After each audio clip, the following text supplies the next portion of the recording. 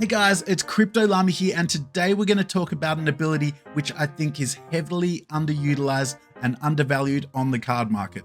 Before we dive in though, if you haven't joined my community Discord channel, we have a number of giveaways over the coming weeks, including a Jin Oceanus, as well as multiple Jin Renovas that are going out to legends just like yourself. We also just gave away 2 beta packs recently, so if you want free stuff, I will leave the linkage in the video description below for you. But now back to the video. So guys, it's my belief that the ability in the spotlight today is highly undervalued. Firstly, I'm going to go over what this ability does, its uses in different battle rule sets, and then we're going to explore the reasons why it's undervalued and the cards which I think will bring the greatest returns with this ability. So if you're unaware of what Scavenger is as an ability, it's quite simple really. Each time a monster dies on the battlefield, the monster with Scavenger will gain 1 health. This can hugely affect the outcome of battle rule sets such as Healed Out, because Scavenger is inherently the same as a heal, but just differently worded. And since there are no heals allowed, Scavenger will proc a lot quicker. Noxious Fumes. This is usually a race to kill the other player before you die to poison yourself in most cases. And with all the monsters dying around you, your health will be increasing as your opposition dies. Earthquake. More often than not, unless someone is using Bloom, they rarely have all flying creatures, and that means they're subject to damage.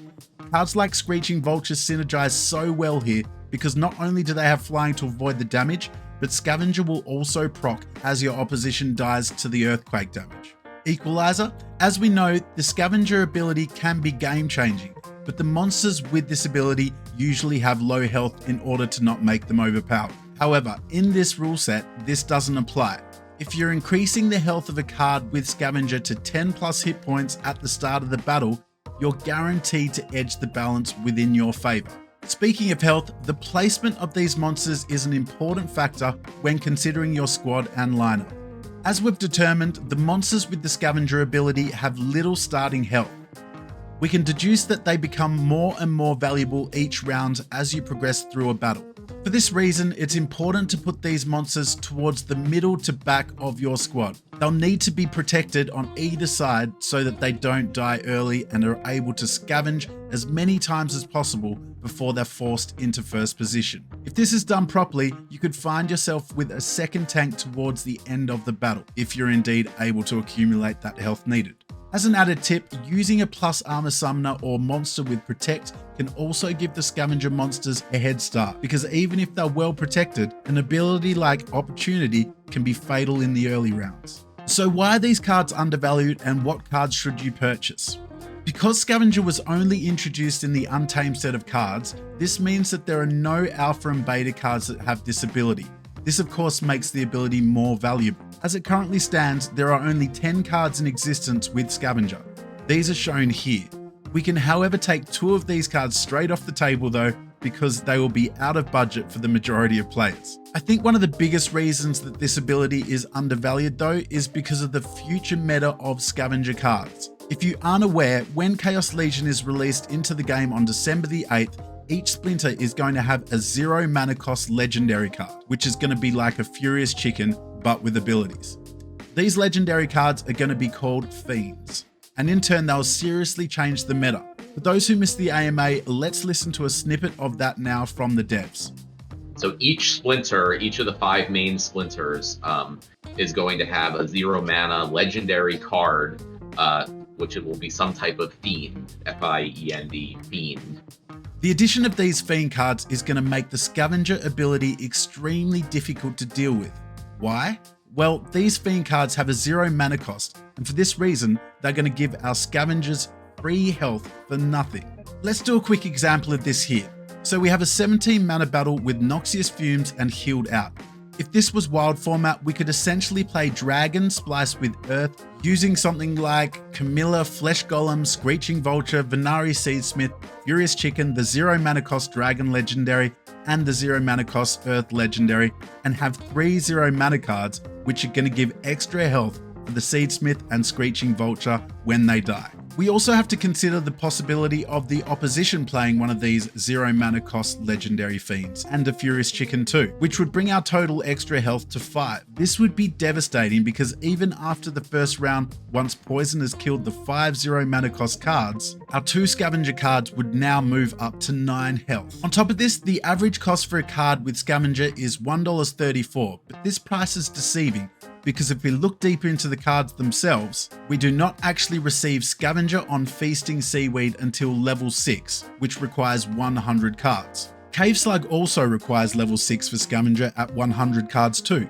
and then we have Screeching Vulture, which requires level 6. But to get any of these cards to level 6, which isn't even max level, you're going to have to fork out over 200 USD per card.